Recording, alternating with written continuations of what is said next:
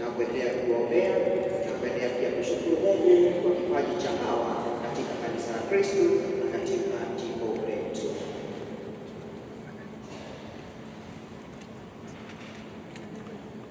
Wa kwanza atakayepokea salamu za kipekee kutoka kwa Baba Askofu Mkuu ni padri wetu, Padre John Ngoro.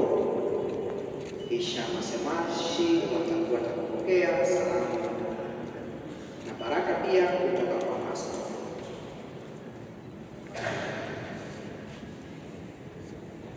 Baada ya maaskofu, tutaomba mababa ambao wafanya altari na wale wasimamizi wao wafanya altari, chairman wa clergy, pastor coordinator, benedicto, wale wafanya altari, na tutaomba wapatie. Wakati mfano tunaweza enda kuendelea kwa wimbo, kwa wakati.